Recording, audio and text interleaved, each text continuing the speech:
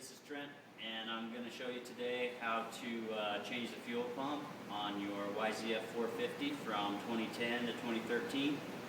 And the reason I'm going to change it is I had a stuttering problem where the bike felt like it was choking, starving for fuel. I had no error codes when I put my tuner on it, so I'm jumping to a conclusion here that it's the fuel pump, and then we'll see how it goes. So I've already taken it halfway down. I've taken the seat off. I've taken the fuel tank loose. I've unclipped the electrical connection and the fuel line connection. And I've already taken the fuel pump out. So if you come over here. So this is how the fuel pump sits in the tank. I've just fished it out of there. And what we're looking to change is just the fuel pump portion. 30mm diameter fuel pump. And we'll about to throw that on.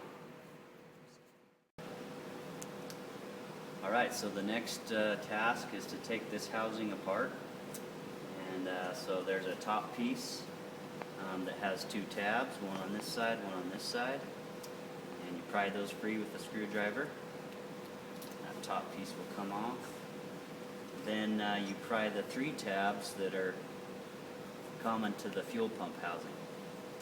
There's one here, here, and then back behind the fuel pump hose.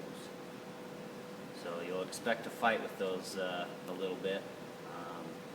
It took me a little bit. I had to use two screwdrivers, one to pry upwards and one to pry the housing away from the tab.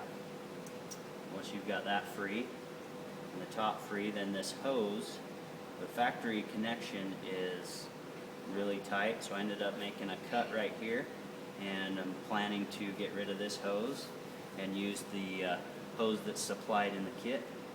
So that's how I'll replace that. That made it easier to take this apart. Then this top housing comes out, and if you'll notice, there's a filter on this side, and that's where the filter sits, down in that housing.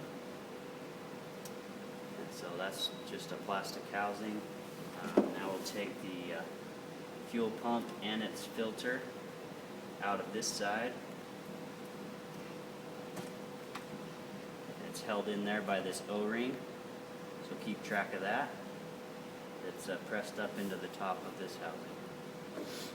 When I pulled mine out, I noticed there's quite a bit of debris right here on this filter. So it looks like it may have been rubbing, or it collected a lot of debris in there. So I'm going to change this filter at the same time, which I'd have to do even if I was reusing it. I have to pry this ring free, and there's another one supplied in the kit. Take that filter off, and or actually, since I'm not reusing that, I can just throw that away and put the new filter onto the new pump.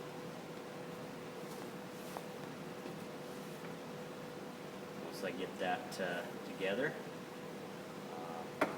show you the partial reinstallation.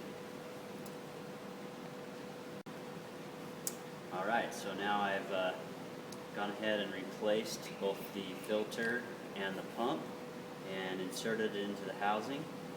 What I had to do is take the old O-ring off of the old pump and take this old ring off of the fuel filter retention because the one that was supplied was too big.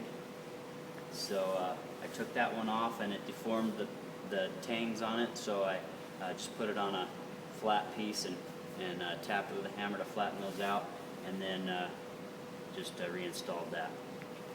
So filter's installed. I used a small socket to help get that on there nice and straight.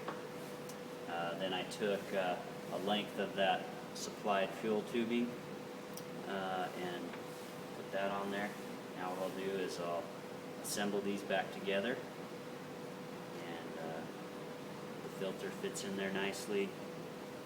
And I'm lining up the fuel hose at the bottom piece, and I'll just press those together, and then I'll reinstall the top piece same way it came apart, reattach the electrical connections, and that will be it. I'll be ready to reinstall to the tank like it came apart, and then reinstall the tank. Be good to go. Okay, just a couple of last notes before you start this job. Hopefully you've watched this before you finish. When you take apart the electrical connections, there's some small tabs that are holding those together. If you just try and pull these off, they're held on there pretty tight. So I use a screwdriver on this side to pull that tab back so they'll pull off freely. And that's on both of them, even though this one has black shrink wrap around, heat shrink tubing around it. You'll still want to push in there from that opposite side to push that tab free, so you can pull that out. Okay, and then before you reassemble, make sure that you blow any debris out of there, like little shards of plastic that may have peeled up as you're prying this apart. You don't want any of that to clog up your filter or your pump after installation. Another note is I decided against using the hose clamps that were provided. That was such a tight fit, and I just felt they weren't really necessary for this. This thing will stay together really well. You can sort of tell. So that's it. And then next step is just to reinstall into the tank, and reinstall your tank, and you'll be good to go.